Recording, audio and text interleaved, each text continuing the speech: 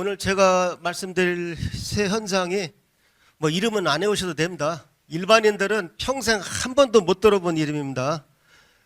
오성 개합, 불우일식, 오성치루 이 세 가지가 되겠습니다.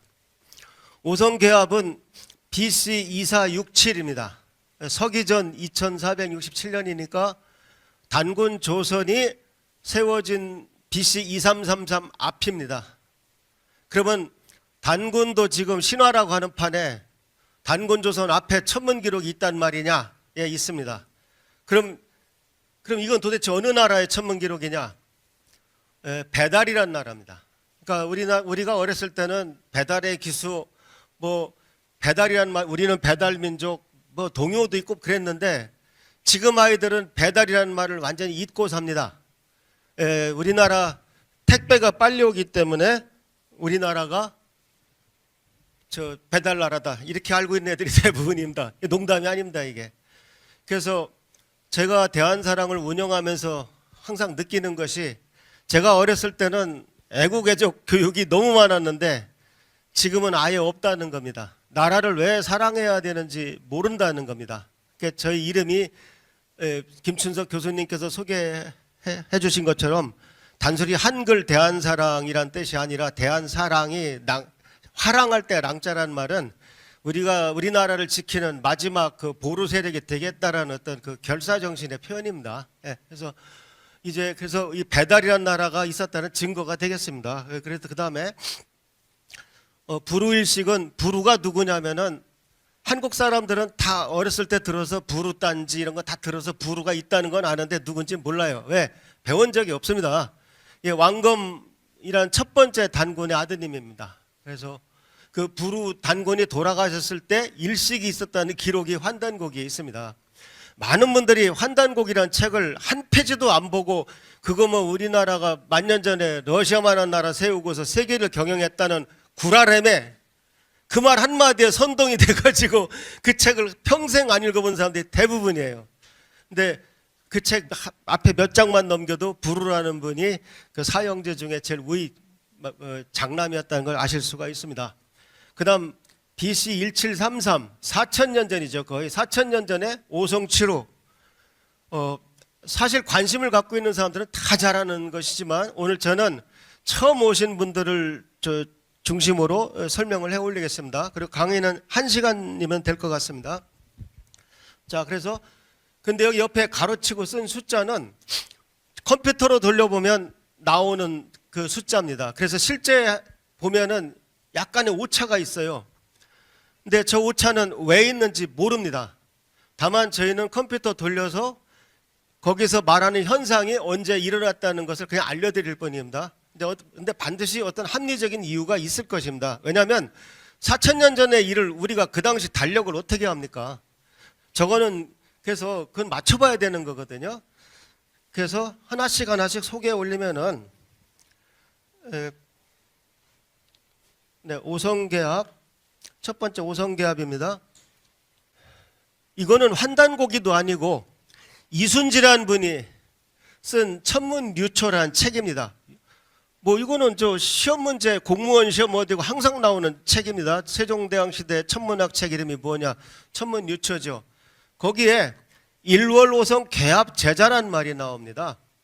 언제냐면은 전욱 고양 시대라고 나와요. 전욱 고양 들어보신 적도 없죠. 근데 우리가 오늘날 자꾸 중국 역사로 오해를 하고 있는데 중국 사람들은 역사를 이렇게 강의합니다. 사망오제가 있었고 세 사망의 오제가 있었다. 오제의 마지막이 요순입니다. 흔히 말하는 요순 시대가 그러니까 뭐 시간이 없지만은 어쨌든 사망은 복희, 그다음 염제신농, 황제 헌원이고 그 오제가 이제 소호, 금천, 그다음에 두 번째가 전욱 고양입니다. 그다음 제곡고신, 그다음에 요순입니다. 그것을 이제 중국에서 전설의 시대라고 생각을 하고 그다음에 이제 하상주가 황하문명이라고 생각을 합니다. 그래서 중국의 문명은 하나라부터 시작됐다고 배우고 있어요. 근데 그 전욱 고양 그러니까 중국에서도 전설로 하는 전욱 고양 시대에 이 천문 기록이 우리나라 책에 있습니다. 우리나라 책에 있다는 것 자체가 대단한 겁니다. 왜냐하면 이순지라는 분이 저 4,000년 전, 이건 거의 5,000년 되죠. 5,000년 전 일을 어떻게 합니까?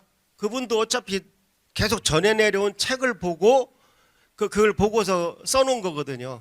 그러니까 그 문화가 우리 쪽에서 전해진 거죠. 근데 제가 보니까 갑인년이라고 했는데 이 기록에 좀 문제가 있긴 해요.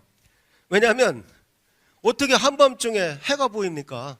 한마디로 이것만 봐도 이건 뭔가 해석이 잘못됐거나 기록이 잘못됐다는 생각을 하는데, 중요한 것은 여기서 오성이 이게 개길식할 때 개자입니다. 해와 달과 오성이 자방에 모였다 하는데 오성이 모였다는 것이 중요한 겁니다. 그러니까 오성이 뭐냐면은 수성, 금성, 화성, 목성, 토성입니다. 천왕성부터는 안 보여요. 근데 이 5개가 한 번에 보이기도 힘든데 더군다나 거의 한 주먹만큼 이렇게 모아놓은 것처럼 5개가 보이는 것은 그건 굉장한 현상입니다. 그거는 굉장히 아주 좋은 현상이기 때문에 그 기록이 많이 남았던 것이죠. 그래서 이 시기가 BC 2467인데 여기서 보시는 것처럼 3년 전에 이거 잘 안 보이시죠? 컴퓨터 화면에, 그러니까 컴퓨터 화면을 일단 보여드립니다. 잘 안 보이시죠? 여기 5개가 있는데, 그 다음 거요. 뒤에서 넘겨주세요.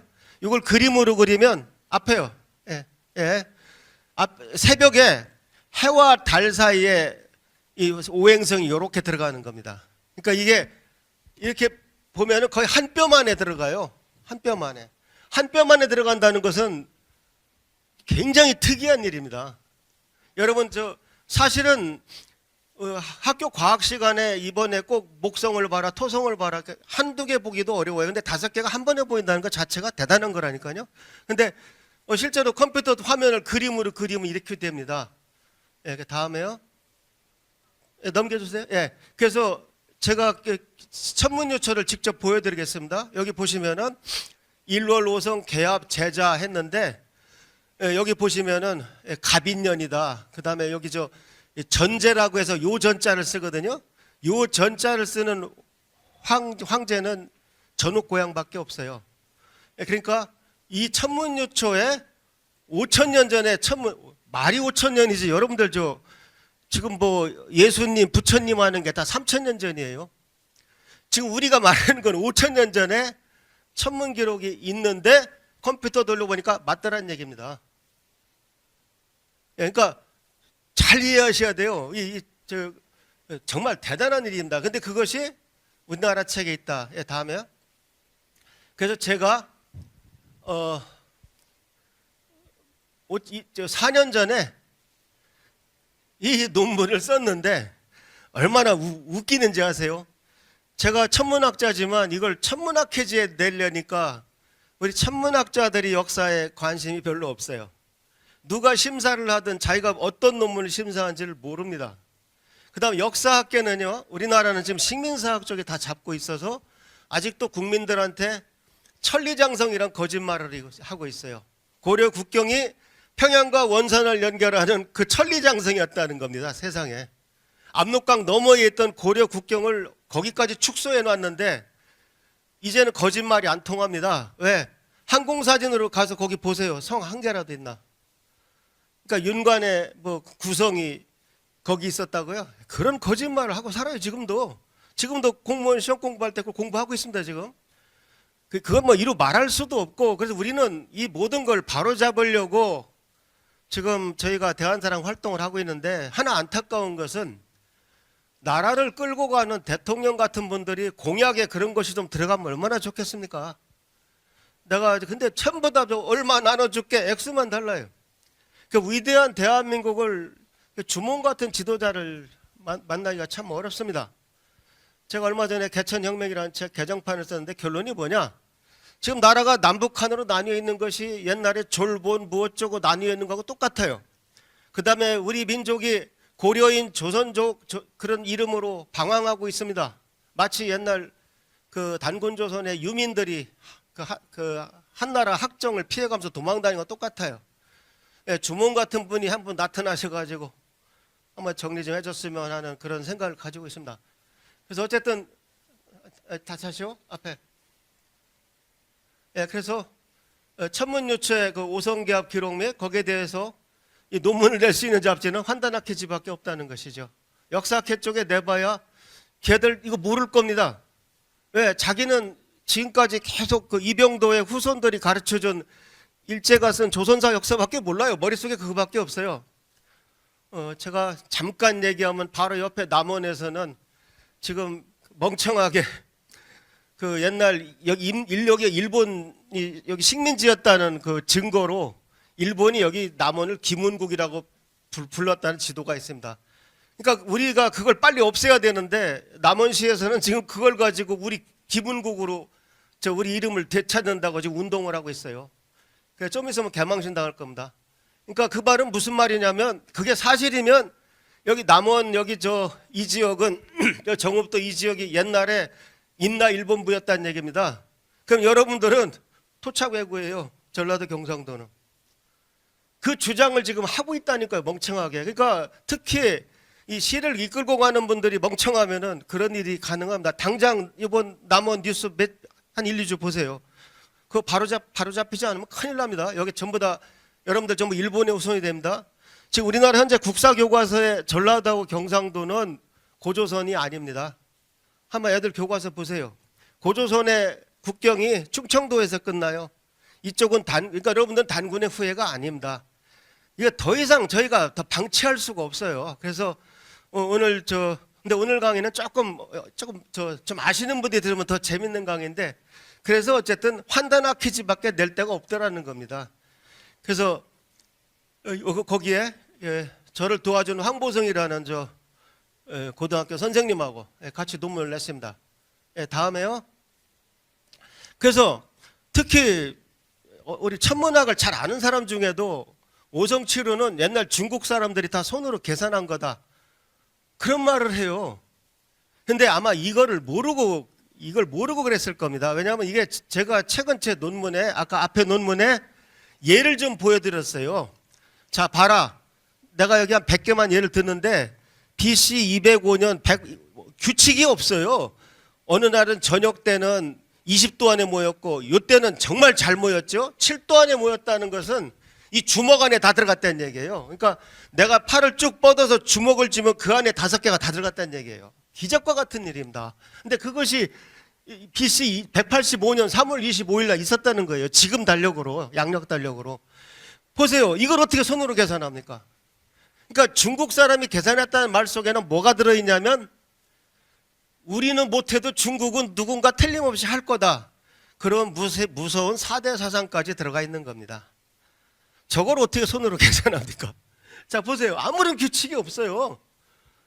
예, 그래서 여기 지금 번호가 12번까지 있고 이 뒤에서 13번까지 있고 그 다음에 건너와서 이리 왔는데 글씨가 작아서 제가 둘로 나눴습니다. 예, 그 다음 거 넘겨볼까요? 예, 요게 이제 13번부터 밑에 겁니다. 앞에 게 여기 있는 거고 이게 여기 있는 건데 오성이 모이는 것이 아무런 규칙이 없어요. 이거를 옛날에 한자 쓰던 시대에 손으로 풀어서 그 환단고기다 누가 집어넣었다고요? 그건 말도 안 되는 얘기입니다. 그러니까 환단고기에서 아까 천문유체 그 기록이 있다는 것은 제 선배 천문학자 누군가가 보고서 필사적으로 그 기록을 남겨놨기 때문에 그게 안 없어지고 전해진 겁니다. 이거를 우연히 맞춰서 맞힐 확률은 없어요. 예. 그 다음에요. 결론적으로 중국에서조차 사망오제는 전설의 역사라고 합니다. 근데 금방 제가 보여드린 것이 무슨 뜻입니까? 전후 고양시대에 천문대가 있었다는 얘기입니다. 천문관측은 천문대가 하는 거지 천문학자가 하는 거지 일반인이 한 적이 한 번도 없어요. 세계 역사를 통해서. 그러면 천문대가 있는 나라가 전설의 나라가 될 수는 없는 겁니다. 천문대가 있다는 말은 임금이 있다는 얘기고 임금님 천문학자가 임금이었던 임금님 옆에 천문학자가 절대적인 어떤 조언할 권리를 갖습니다. 조선시대도요. 서운관장이 폐하 오늘 일진이 안 좋습니다. 나가지 마십시오 하면 안 나가시는 겁니다. 예, 영의정하고 서운관장만이 직언할 수 있었습니다. 예, 그래서 사망오제 시대는 전설 역사가 아니고 아울러 사망오제 시대는 배달 우리의 제후국의 역사입니다. 여러분들은 무슨 제후국의 등치가 그렇게 커? 그렇게 생각하시겠죠? 아닙니다. 우리 배달이 나라가 더 컸어요. 이 당시에는 하상주는 저쪽 양자강 쪽이던 조그만 나라였습니다. 그래서 무슨 비약이 그렇게 심하냐. 그런데 요 얘기만 들으면 그렇게 느끼실지 몰라도 여러분들이 평소 역사 공부를 제대로 했으면은 지금 제가 말씀드린 것이 결정타가 된다는 걸 아실 수 있습니다. 근데 제가 그 앞에 거를 다 말씀해 드릴 수는 없어요. 지금 1시간 안에 3가지를 얘기하기 때문에. 그래서 하나 예를 들면 항상 우리가 역사하면 사마천의 사기하면 풀이 팍 죽죠. 참 이상해요. 사마천의 사기는 저 성경 말씀인 줄 알아. 불경 말씀인 줄 안다고. 근데 사마천 사기에 사망을 도입을 못했습니다. 사마천 사기를 지금 보시면 사망이 아까 제가 태오복희, 염제신농, 황제헌원이라고 그랬는데 차마 양심상 태오복희와 염제신농을 역사에 포함시키질 못했어요. 왜? 배달적인 걸 뻔히 아니까. 그러니까 황제헌원부터 살짝 시작을 합니다. 그게 사마천의 사기입니다. 태오복희가 누구신데요? 태극기 만드신 분이에요. 만일 태오복희가 중국 사람이라면은 우리는 중국제 국기를 갖고 있는 멍청한 나라 국민이 되는 겁니다. 제가 여기 처음에 와 보니까 태극기를 저쪽 구석에 처박아 놓고 뒷면이 앞으로 나오게 해놨더라고요. 태극기는 항상 건곤히 하늘과 땅이 앞으로 나오고 이렇게 접혀 있어야 합니다. 이거를 이렇게 놓고 국민의례를 한다는 것은 거기에 국민다운 국민이 한 명도 없다는 뜻입니다. 근데 뭐 그런 거 부지기수예요. 뭐 국기를 오른쪽에 놓고 하는데도 봤어요, 저는. 그러니까 정말 여기는 똑바른 어르신도 없군 할 정도입니다. 그래서 앞으로 여러분들이 천손의 후손이라는 게 얼마나 무서운 일인지 냉철하게 내가 그 자격이 있는지 반성을 한번 해보셔야 합니다. 그래서 이 사망오제 시대는 배달의 제후국의 역사입니다. 그 다음에 아마 중국 사람들이 환단고기를 보면 가장 충격을 받을 게 사망오제의 족보일 겁니다. 제가 이 얘기는 처음 합니다. 사망오제를 중국 사람들이 펴봤을 때 사망오제 족보가 나와요. 환단고기에. 근데 그게 다 우리 배달족 누구의 몇 대가 다 나온다니까요. 그게. 아마 가장 충격을 받을 부분이 환단고기 그 부분일 겁니다.